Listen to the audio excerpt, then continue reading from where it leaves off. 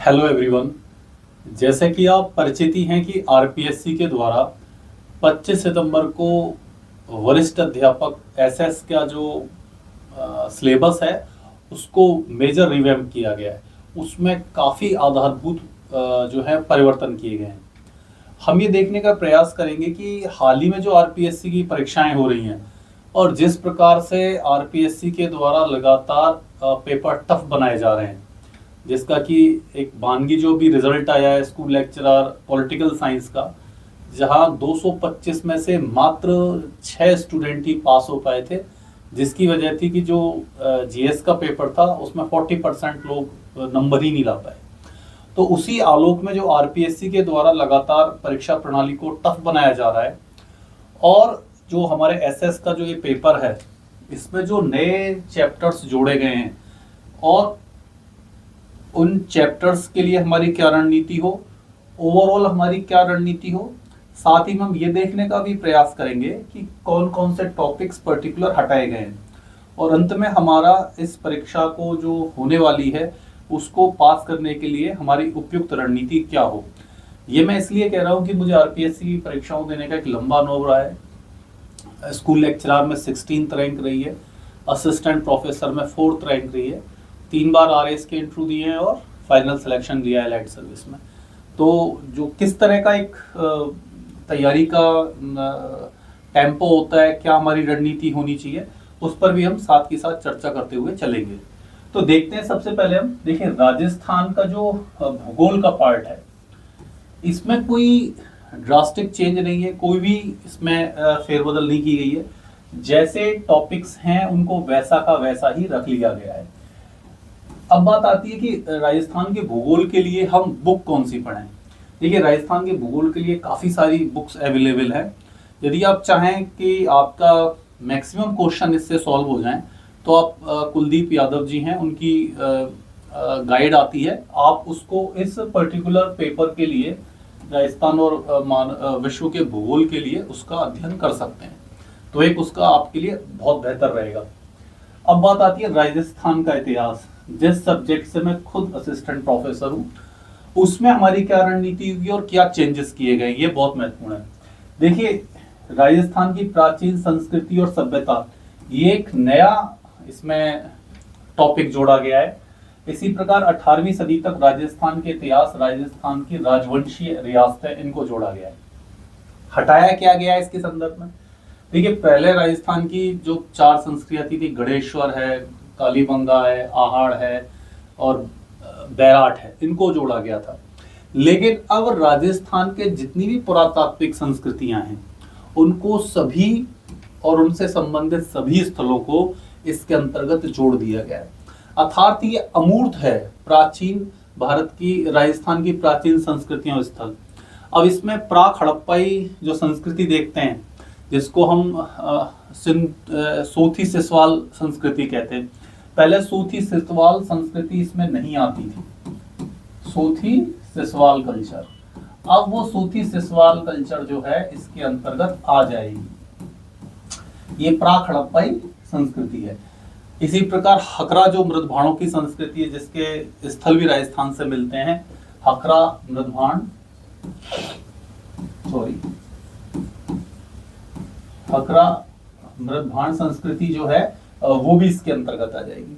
इसी प्रकार बहुत सारी मृदभाण संस्कृतियां भी हैं जो पहले हमारे सेकंड ग्रेड में नहीं थी, जैसे कि चित्र धूसर मृदभाण संस्कृति, उत्तरी काले पालिशदार मृदभाण संस्कृति, गैरिक मृदभाण संस्कृति। अब ये भी इसके अंतर्गत स्वयमेव रूप से आ जाएगी, जो पहले नहीं थी।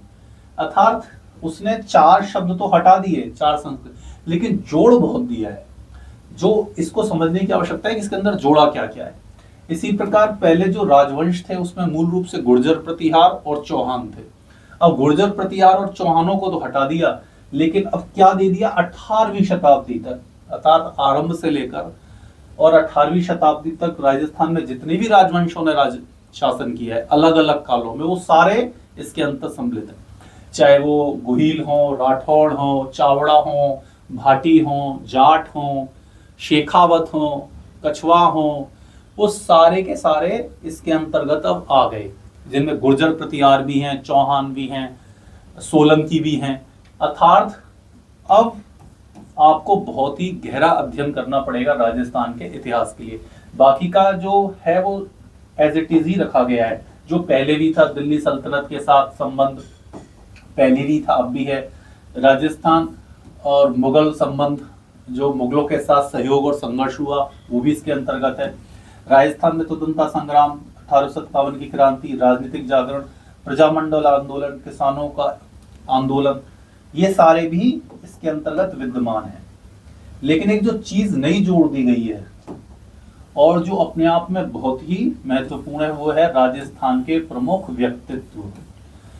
देखिए, राजस्थान के प्रमुख व्यक्तित्व में प्राचीन राजस्थान, मध्यकालीन राजस्थान और आधुनिक राजस्थान के सभी व्यक्ति समाहित हो गए।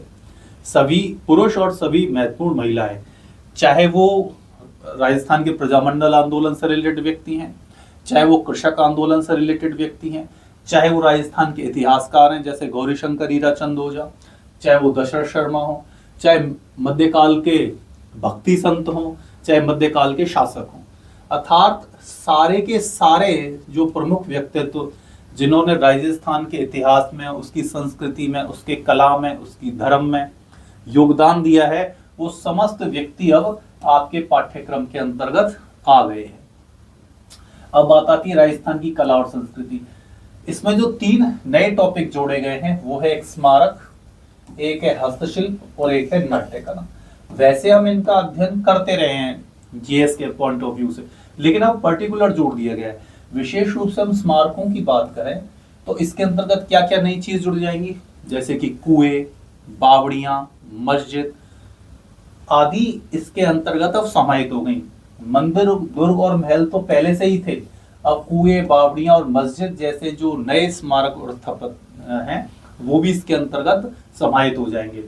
इसी प्रकार हस्तशिल्प की बहुत सारी कलाएं राजस्थान में प्रचलित हैं जिनको हम जीएस में पढ़ते थे, अब वो एक पर्टिकुलर ही चैप्टर आपके लिए बना दिया गया है। इसी प्रकार नाट्य कलाएं, नाट्य कलाओं का अध्ययन करा करते थे क्षेत्र विशेष के आधार पर कि शेखावाटी में कौन सी नृत्य होते हैं, ढूंढाड़ में कौन से हैं, वागड़ में कौन से हैं। फिर हम जातियों के आधार पर नृत्यों का अध्ययन करते थे।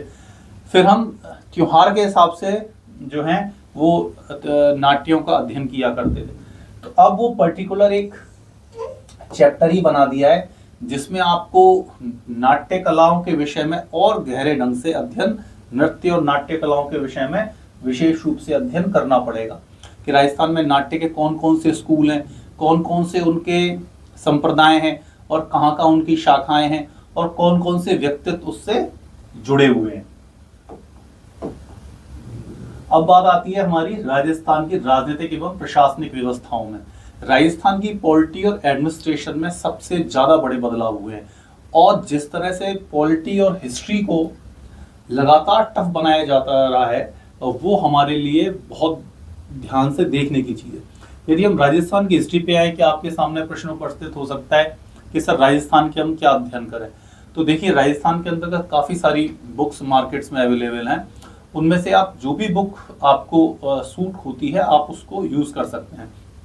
इसके अलावा मेरे द्वारा भी दिवाली के आसपास बुकलेट्स जारी की जाएंगी ancient history, modern history, medieval history और राजस्थान की हिस्ट्री के संदर्भ में, जो कि आपकी जो परीक्षा पद्धति में जिस प्रकार के क्वेश्चन आ रहे हैं उसको ध्यान में रखते हुए उन बुकलेट्स का निर्माण किया जा रहा है जो आपको इन परीक्षाओं को सॉल्व करने में बहुत मदद करेगी। चाहे आप सेकंड ग्रेड दे रहे हैं, असिस्टेंट प्रोफेसर दे रहे हैं, स्कूल लेक्चरर दे रहे हैं, सब इंस्पेक्टर दे रहे हैं या आरएएस दे रहे हैं, वो सभी जगह एक ही बुकलेट आपका सब जगह सहयोग करेगी। अब बात आती है राजस्थान की राजनीतिक एवं प्रशासनिक व्यवस्था। इसमें जो नया टॉपिक जोड़ा गया है वो क्या है, राजस्थान के उच्च न्यायालय और अधीनस्थ न्यायालय, अर्थात पूरी जो न्याय प्रणाली है अब उसको इसके अंतर्गत डाल दिया गया है। फिर हम और टॉपिक क्या देखते हैं, संभागीय आयुक्त और जिला प्रशासन, ये जोड़े गए हैं। इसके अलावा और क्या जोड़ा गया है, राजस्थान महिला आयोग, राजस्थान वित्त आयोग, राजस्थान राज्य निर्वाचन आयोग और लोकायुक्त और राजस्थान विधिक सेवा प्राधिकरण। अर्थात जो राजस्थान की एडमिनिस्ट्रेटिव प्रशासन है या प्रशासनिक संरचनाएं, उसमें काफी सारे इंपॉर्टेंट टॉपिक्स जोड़ दिए गए हैं। हटाया किया गया है राज्य मानवाधिकार, एक छोटा सा टॉपिक हटा दिया गया है, लेकिन आप देख रहे हैं कि कितने मेजर टॉपिक्स इसके अंदर जोड़ दिए गए हैं। अर्थात पेपर को और भी लेंदी और भी टफ बनाने का कार्य आरपीएससी के द्वारा किया जा रहा है।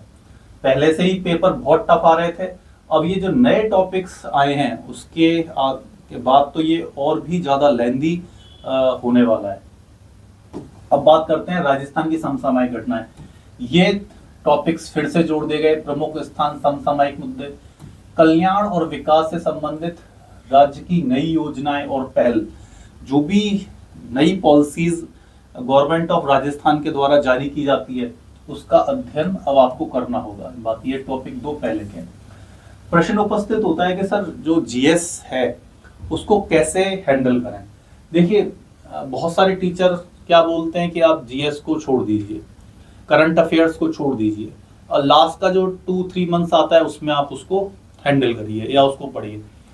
मेरे हिसाब से सबसे बैड पॉलिसी है, बैड स्ट्रेटेजी है जीएस को हैंडल करने के लिए करंट अफेयर्स को। देखिए, हर मंथ जो आपका करंट अफेयर्स आता है आप उसको हर मंथ उसको क्लियर करते हुए चलिए, उसको याद करते हुए चलिए। बात के लिए पेंडिंग मत रखिए, क्योंकि लास्ट में इतना प्रेशर हो जाता है पेपर का कि आपको हिस्ट्री भी पढ़नी है, आपको ज्योग्राफी भी पढ़नी है, आपको पॉलिटी भी पढ़नी है, और फिर जब आपने जीएस को एक बार भी करंट अफेयर्स को नहीं उठाया है तो फिर उसको लास्ट में आप उठाएंगे तो वो आपको बहुत ज़्यादा परेशानी देगा और वो आप उसको याद भी नहीं कर पाएंगे। इसलिए जो मंथली आपकी मैगजीन आती है, जैसे मूवल आती है, क्रॉनिकल आती है, आप उसको मंथ की मंथ पढ़ते चलिए ताकि वो पेंडिंग में नहीं रहे हाथ की, आप वो क्लियर होता चले। ठीक है। विश्व और भारत का सामान्य ज्ञान, जैसे भूगोल की बात है तो भूगोल में लगभग जो टॉपिक पहले थे उन्हीं टॉपिक्स को आप लेंगे। जैसे कि मैं बताया कुलदीप यादव जी की जो बुकलेट आती है, सीरीज आती है, आप उसको यूज कर सकते हैं। एक नया अध्याय इसमें जोड़ दिया गया है, प्रमुख मानवीय व्यवसाय। यदि भारत के भूगोल की बात करें तो ये एज इट इज है, इसमें कोई चेंज नहीं है। भारत की अर्थव्यवस्था में कोई चेंज नहीं है, जैसा है वैसा ही है। फिर से राजव्यवस्था अर्थात राजस्थान का एडमिनिस्ट्रेशन और पॉलिटी, इसमें मेजर चेंजेस होने वाले हैं। पता नहीं आरपीएससी को पॉलिटी से इतना प्यार क्यों हो रहा है कि एक तो वैसे ही क्वेश्चन बहुत ज्यादा उसके इन डेप्थ बना रही है और फिर नए नए टॉपिक उसके अंदर जोड़ती जा रही है। अब पॉलिटी में हटाया बहुत थोड़ा है लेकिन जोड़ा बहुत ज्यादा है, और मैं वो भी बताऊंगा कि इसके लिए आपको कौन सी गाइड पढ़ने की आवश्यकता है। बुक पढ़ने का टाइम अब बचा नहीं है। देखिए, एक नया टॉपिक जोड़ा है, भारत का संवैधानिक विकास। संवैधानिक विकास से क्या आशय है, इसको हम हिस्ट्री में भी पढ़ते हैं और हिस्ट्री में भी एक बहुत बड़ा टॉपिक है। जैसे भारत में जो चार्टर्स आए, जो विभिन्न प्रकार के भारत शासन अधिनियम पास हुए 1909, 1919, 1935, उससे पहले जो रेगुलेटिंग एक्ट्स आए थे, उन सभी का अध्ययन अब इसके अंतर्गत आपको करना होगा। ये एक नया टॉपिक हो गया। इसी प्रकार नागरिकता, क्योंकि वर्तमान में नागरिकता का मुद्दा लगातार भारत में छाया हुआ है, इसलिए इस नागरिकता के मुद्दे को जोड़ा गया है। उसके बाद उपराष्ट्रपति और मंत्रिपरिषद को जोड़ा गया है। फिर जो और बहुत बड़े टॉपिक जोड़े गए वो है संसद, सर्वोच्च न्यायालय और निर्वाचन आयोग, ये जोड़ दिए गए हैं। साथ में भारत की विदेशी शक्तियों, भारत के प्रमुख शक्तियों अर्थात सुपर पावर्स और पड़ोसी देशों के साथ संबंध, समसामयिक मुद्दे और चुनौतियां, अर्थात कुछ छोड़ा ही नहीं है पॉलिटी के अंदर, बहुत ज्यादा चीजें इसके अंदर डाल दी हैं। अब हटाया क्या है ये भी देख लेते हैं। देखिए, हटाए गए जो टॉपिक्स हैं वो हटाए क्या है, जैसे कि अपन इसको कहें 1935 से 1919 का भारत सरकार अधिनियम, लेकिन जो भारत का संवैधानिक विकास है उसमें तो ये अपने आप ही समाहित हैं। बाकी उसके साथ साथ 1909 का अधिनियम भी है, सारे रेगुलेटिंग एक्ट्स भी है, तो ये हटाना नहीं हुआ बल्कि उसको टॉपिक को और लार्ज कर देना हुआ। राजनीतिक दल और दबाव समूह ये हटा दिया है। भारत और संयुक्त राष्ट्र संघ अंतरराष्ट्रीय राजनीति में उभरती हुई प्रवृत्तियां वैश्वीकरण के संदर्भ में ये हटा दिए। ये कोई बहुत मेजर टॉपिक्स नहीं थे लेकिन ये हटा दिए, लेकिन जो जोड़ा है वो बहुत ज्यादा जोड़ दिया है। अब इसके लिए क्या अध्ययन करें, तो मेरा आपसे जो इसके अंतर्गत सुझाव रहेगा वो बेनीवाल सर के जो नोट्स आता है, बुकलेट आती है, उसको आप इन पर्टिकुलर टॉपिक्स के लिए यूज कर सकते हैं। आप में से बहुत सारे स्टूडेंट कह सकते हैं कि सर जो आप चीज़ें बता रहे हैं हिस्ट्री के अंदर, मेरी पर्टिकुलर इसके अंदर हर चैप्टर के लिए एक अलग से बुकलेट आएगी। इसी प्रकार बैनी सावल सर की अवेलेबल है, ज्योग्राफी में कुलदीप सर की अवेलेबल है। तो आपको अब एक्चुअली में एज ए सब्जेक्ट इन चीज़ों का अध्ययन करना पड़ेगा, ना कि एक सेकंड ग्रेड के लेवल से। अब आपको स्कूल लेक्चरर या असिस्टेंट प्रोफेसर का जो लेवल है उसके आधार पर ही इन चीज़ों का अध्ययन करना पड़ेगा, तभी आप जो आरपीएससी लगातार टफ पेपर बनाए जा रही हैं उस पेपर को आप क्रैक कर पाएंगे। अब बात आती है शैक्षणिक मनोविज्ञान की, जिसमें कोई बहुत बड़ा चेंज नहीं हुआ है। जो चेंज हमको नजर आ रहा है वो बस एक टॉपिक दिया गया है, वो है 21वीं सदी के कौशल विकास अवधारणा एवं रणनीति। अब इसके लिए क्या पढ़ा जाए, तो धीर सिंह धाबई जी की पुस्तक आती है शिक्षा मनोविज्ञान, आप उसका अध्ययन कर सकते हैं। काफी अच्छी उनकी गाइड है, तो वो इसके लिए काफी पर्याप्त रहेगी। तो हमने देखा कि जो एसएस के पेपर में परिवर्तन किए गए हैं वो विशेष रूप से परिवर्तन हिस्ट्री में, राजस्थान की एडमिनिस्ट्रेशन में और पॉलिटी में किए गए हैं। और जिस तरह की परीक्षा पद्धति अपनाई जा रही है आरपीएससी के द्वारा, जो हाल ही में रिजल्ट आया है पॉलिटिकल साइंस का, उसमें आप मान लीजिए कि पेपर इसी तरह से टफ और टफ होते जाएंगे, और इसीलिए आपको बहुत ही गहन अध्ययन करने की आवश्यकता है। आप सिर्फ सतही जो मटेरियल है उससे इस परीक्षा को पास नहीं कर सकते, आपको बहुत गहन अध्ययन करना पड़ेगा। विशेष रूप से कुछ टॉपिक्स को मेरे द्वारा भी क्लियर किया जाएगा, और बुकलेट्स तो आपको सारे के सारे जो मटेरियल है आगामी आपकी परीक्षा तक उससे पहले ही आपके पास अवेलेबल हो जाएंगी। तो लेक्चर को देखने के लिए बहुत बहुत धन्यवाद।